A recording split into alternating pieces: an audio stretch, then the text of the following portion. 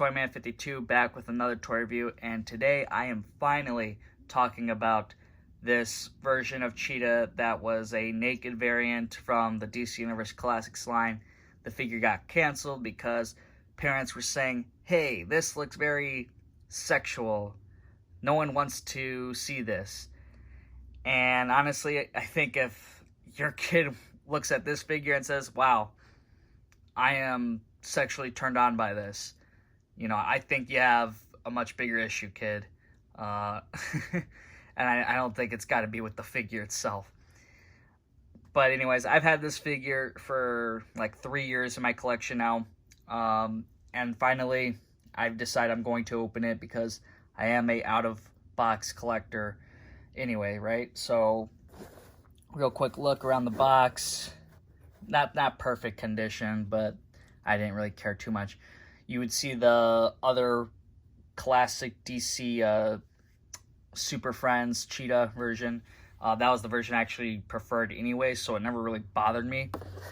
But, eventually I was just like, I really got to complete the DC Universe collection here. So this was that one that I always had and never opened, but now here I am, about to open it. I know that this figure got released, I think, through Amazon. I'm not too sure, but this was a very limited release figure, so not too many of them out there, I think, especially in box. And this is just going to be one more that's out of box, so let's go and do this thing. All right, so here we are now. The figure is finally outside the box and breathing fresh air. Real quick, before I go and talk about the figure, I'll talk about the accessories Cheetah came with. Now, she came with that Trigon leg, so nothing was special about the leg. The leg was always the same, so nothing to care about there. And then the Cheetah pin, the same, nothing to care about there if you already had one. But, still cool to have, I guess, if you like to have Cheetah pins on you, I guess. Now, onto the figure. And yeah, really up close. I didn't take off these rubber bands. They kind of got stuck on her, so I just wanted to take those off on camera and see how that would just look. This is going to be kind of like a little fun review, and hopefully nothing comes off, such as paint. Shouldn't, but if it does, it'd be really shitty and it would suck, and then it'll be on camera too, and it'll be kind of funny. So something for inbox collectors to laugh about. So no damage there.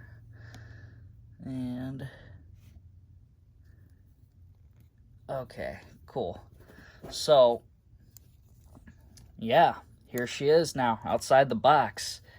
And if you really liked Wonder Woman villains, this was a great figure to have for your DC Universe collection. I know that they've made better versions of this exact style from DC Collectibles, I think. But, for people who don't collect that line and only collected really DC Universe like myself, and then obviously the DC Multiverse, and then continuing on with Todd McFarlane. But this was a very cool figure, I think. It's a shame that it really didn't get justice on release. It sucks that not every collector was able to get this one just because of a simple complaint. I don't think that would have been an issue in today's age now. I think this figure would have been able to be released in stores with no problem. Or even so, just online sales have been so much more improved since this figure originally came out. Alright, so here's Cheetah now next to her other variations that we got in this wave. The black suit version, I'll just go and do a more closer look in between them and see if there's anything different with the face. I'm going to assume that there isn't. So, pattern can be a little bit different. I think that has to just do with the paint applications, though. I'm not sensing any different on the hair. The hair seems to be the exact same color. The pattern, the pattern could be...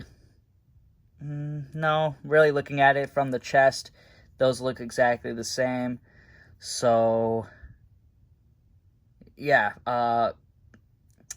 very interesting with how the pattern is, but yeah, I'm gonna say it's all the same. It's just sometimes maybe it got applied in a weird angle, and that's why we're seeing it look like that.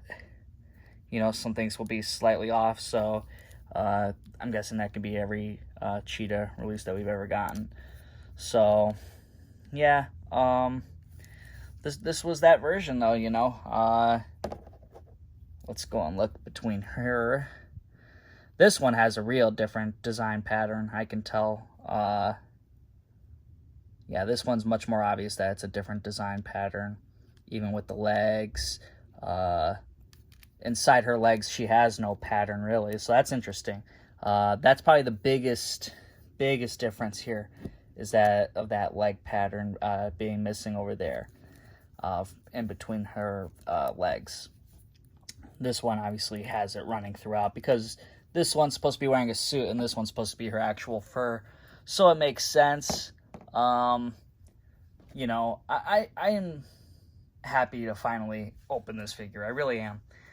I really enjoyed it. I think the color actually throughout the skin might be a little different. She might seem a little bit lighter, but that might also be because there's no black on her, so that just might be my eyes tricking me. So yeah, overall with these three, obviously the variant Chase is a very good figure and is definitely the most sought out after. I don't think it's the best one. I do think it's the DC Super Friends one. That's just because, you know, I watched that stuff. That's how I really got to know the DC for the first time, like the DC Universe. I watched that show. So with seeing all those villains, I love the Cheetah in the classic costume. But the one that's the naked version is, you know, great. I think it's much better than the one where she wears the black gym suit, basically. That was always an okay figure. You know, I've had it in my collection for years since it first came out. But yeah, the one in the middle, the one that everyone wanted, was a very good one, a much better version of Cheetah, along with the Super Friends one. Alright, so here's Cheetah now standing next to her arch nemesis Wonder Woman. Very cool figure as well. You know, perfect standoff between them, really. I enjoy having these two actually next to each other, so I'll probably have that displayed with her somewhere. Now, with the figure though, I think it was a great figure for its time, back in, you know, 2013, I think. Really a good figure, I think, and it sucks that how what happened played out.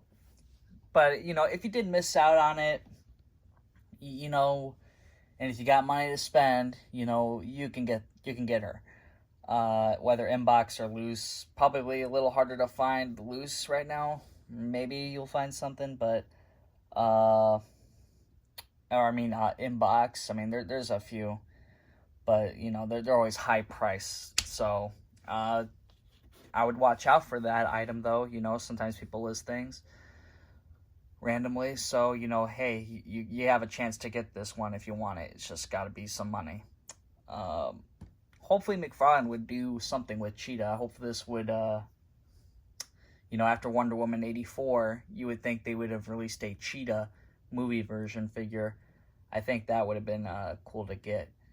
But, you know, we can always go back to it. He really went back and finished off that Birds of Prey Harley Quinn, so maybe we can get a Cheetah. So yeah, I hope you guys did enjoy this video review though. This was a big one for me to actually open up because, you know, obviously the history behind the figure, but she's going to stand nicely with my collection. So I hope you guys did enjoy. Please don't forget to like and subscribe, and I'll see you guys in my next video.